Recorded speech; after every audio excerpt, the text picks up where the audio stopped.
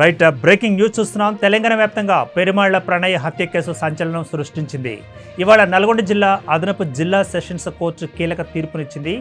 రెండు తెలుగు రాష్ట్రాల్లో సంచలనం సృష్టించిన మిర్యాలగూడ పెరుమాళ్ల ప్రణయ్ హత్య కేసులో తుది తీర్పును ఇవాళ నల్గొండ కోర్టు వెల్లడించింది.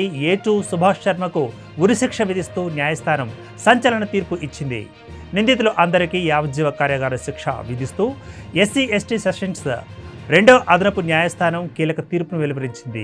302, 120 IPC, 109, 1989 section IPC Indian arm act 1959 ప్రకారం శిక్ష విధించింది. శిక్ష తగ్గించాలని న్యాయమూర్తిని ఈ సందర్భంగా నేరస్తులు వేడుకున్నారు.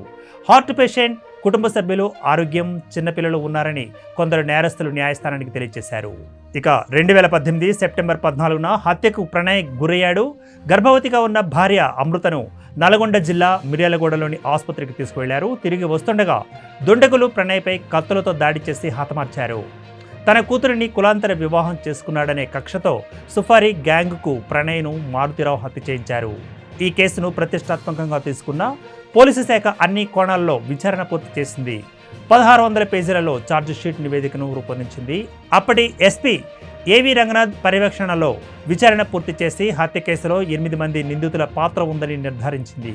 2019 జూన్ 12న ఛార్జిషీట్ దాఖలు చేయగా SC/ST జిల్లా సెషన్స్ కోర్టు విచారణ మొదలుపెట్టింది.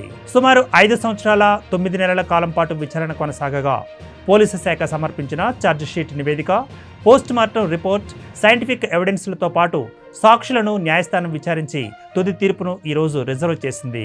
ప్రణయ్ హత్య కేసులో A1 తిరునగరి మారుతిరావు, A2 బీహార్కు చెందిన సుభాష్ శర్మ, A3 అస్గర్ అలీ, A4 అబ్దుల్ బారీ, A5 MA Karim, A6 Tirunagari Shravan Kumar, A7 Shiva, A8 Nizam నిందితులుగా పోలీసులు కోర్టుకు సమర్పించిన ఛార్జిషీట్లో వారిని పేర్కొన్నారు.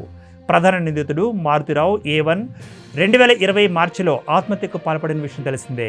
ఈ కేసులో నిందితుల పాత్రపై సాక్ష్యాధారాలను పరిగణించి శిక్ష ఖరారు చేసి న్యాయస్థానం ఈ మేరకు వెల్లడించింది. సుభాష్ శర్మ, అస్గర్ అలీ విచారణ ఖైదీలుగా ఉన్నారు. ఇక మిగిలిన 5 నిందితులు బెయిల్పై విడుదలై కోర్టు విచారణకు హాజరవుతున్నారు.